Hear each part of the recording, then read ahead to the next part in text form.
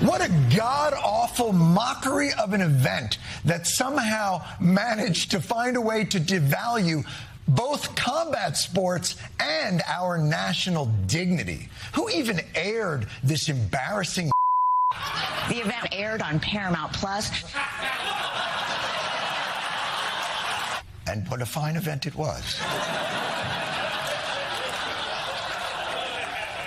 Once again, the leaders of Paramount Plus providing us all with incredible content at reasonable prices.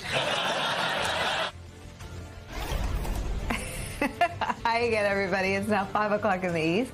The one and only Jon Stewart calling out his own parent company for its coverage of Sunday's gross display of UFC fighting at the White House. And while he may have been making a joke there, his message about the companies that are choosing to side with this administration and everything it stands for, especially this birthday party excess, is serious. What Trump hosted at the People's House was a massive sponsored event.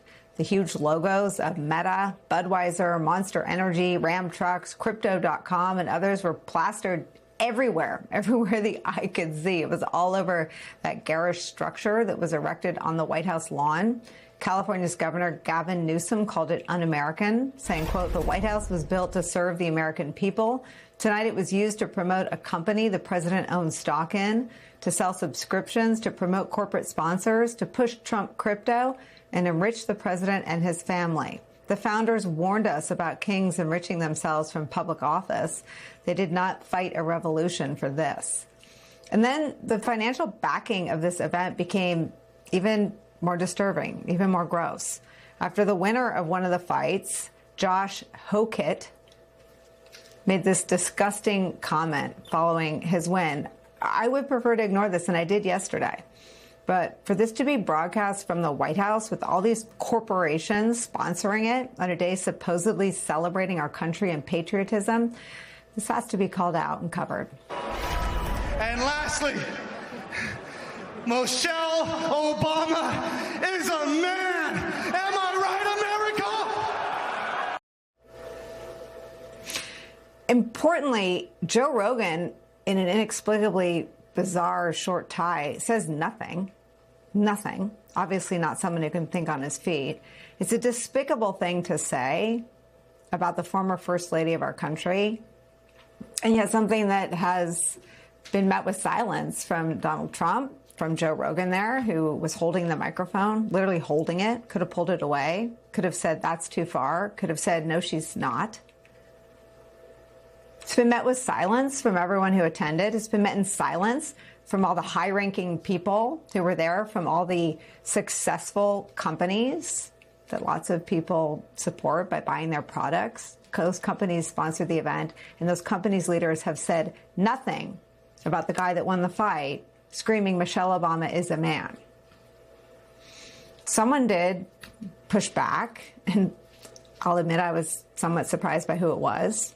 UFC's CEO, friend of Donald Trump, Dana White, denounced that comment. He said, quote, "I understand that the Obamas are public figures, but I'm completely against saying nasty and false things about people's families. Everyone knows my position on free speech, but I hate that kind of nonsense," end quote. So, for once, good for that statement from that person. But it makes it all the more stunning that none of the companies have said anything. And that lack of condemning those comments, the lack of outrage from anyone else, speaks volumes. Our friend Oliver Darcy at Status is covering this, and he writes this, quote, "The rules governing corporate America have changed in Trump's second term. Business leaders like Ellison and Zuckerberg have concluded that maintaining a cozy relationship with the White House is necessary to advance their broader business goals.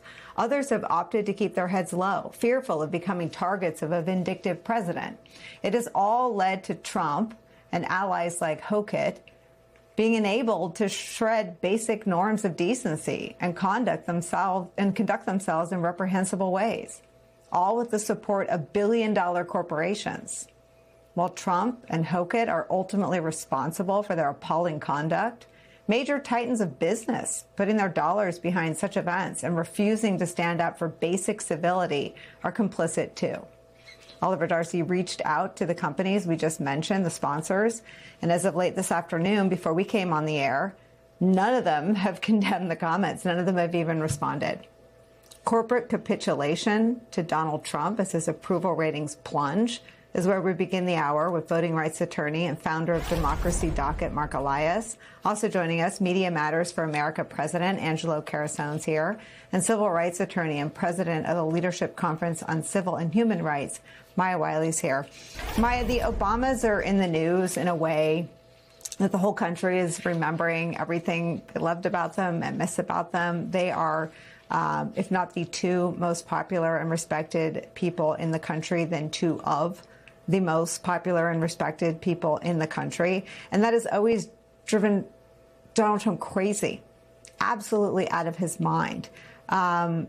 So that's just a data point. I don't know if that's because this UFC fighter person just had this on his mind, or if it's because they're in the news in such a prominent way that inspired him to say what he said. But your thoughts about this kind of speech being platformed by Donald Trump and all of his corporate allies? Well, let me start by saying this. This is racist. This isn't just an attack on Michelle Obama because she is significantly more popular than Donald Trump, which happens to be substantiated from poll after poll after poll. It's that she's a Black woman. And I'm saying this plainly because the truth is this trope against Black women is not new, and this trope against Michelle Obama is not new. In fact, Joan Rivers said it in 2014. Alex Jones was one of the perpetrators of extending this racist trope. And the reason I'm saying it's racist is because Black women, since the days of slavery, have had their femininity taken away from them for the purpose of abusing our labor. And that's quite candidly part of what the Trump administration has so actively done, including with his executive orders from the beginning of this term, where it's literally said anything that suggests diversity, equity, and inclusion should be celebrated, should be protected. Anything that understands it as a way of protecting people from employment discrimination or ensuring that they're getting a fair chance for a promotion or any other number of ways in which we have a Civil Rights Act of 1964 that we have been saying, including the corporate sector, that we champion, is about allowing and giving permission to racist stereotyping and tropes. It is what we've seen from Pete Hegseth when he has said and blocked promotions of Black women who white men in the military have said are qualified for those promotions. It is to give permission, and to give permission in a very public way that says you are now allowed to discriminate. You are allowed to do all of the kinds of attacks. And the truth is, it is awful that this happened to Michelle Obama. It is not only happening to Michelle Obama, but if you allow it to happen to Michelle Obama, it is the rest of society that continues to suffer without any of the protections that we have fought at the Leadership Conference on Civil and Human Rights have fought for 76 years. And as we talk about where and how we ensure we have a multiracial democracy, this is what we cannot allow. Corporations are staying silent because they think their bottom line is protected by capitulating. The truth is, none of us are safe if this is allowed. Let me show you what Senator Raphael Warnock said. It's very much in line with the points you're making, Maya. This idea that Black women aren't really women and Black people aren't really people harkens to the darkest days in our country's history. This is not political speech. This is immoral speech. This is bigotry. This is evil come alive in words, because words have power. And if you can diminish people, if you can say that there's something other, then that opens the door for you to unleash the kind of cruelty that we're seeing under the Trump administration. Donald Trump has unleashed a kind of evil in the ether of the American experience. And this is a moral moment in America. And it's time for people to stand up. We know who he is. I mean, Maya, I like to think that people, American people, are standing up in this moment. The people of Minneapolis stood up for each other. I think people are nodding along with everything you just said. I nodded when I saw Senator Warnock say that last night. But what's so stunning is that corporations that depend on people, that are protected by massive amounts of money and insulation, won't denounce what people inside this fighting world will denounce. I mean, that quote I read you was from one of Donald Trump's good friends. It's from Dana White, I think has an office in the White House. He condemned the comments. This is Dave Portnoy, the founder of Barstool Sports. Here's what he said about the smear against Michelle Obama. He won the fight. He took the microphone and he made a derogatory comment about Michelle Obama. To me, that on the White House lawn. Now, these are UFC guys, all right? They're crazy. They're idiots. You have Sean Strickland, who's one of the craziest people of all time, to the point you can't even pay attention to what he says snuck in. But when you have that on the White House lawn, on an event you put down, I don't care what you think about the Obamas or anything, that has to be an immediate denounce. So again, I'm not quoting Dana White and Dave Portnoy for any reason other than to illustrate how completely out of step these corporate sponsors are with all of America if they've lost Dana White and Dave Portnoy. I mean, this is speech that is so appalling that shame on those corporations.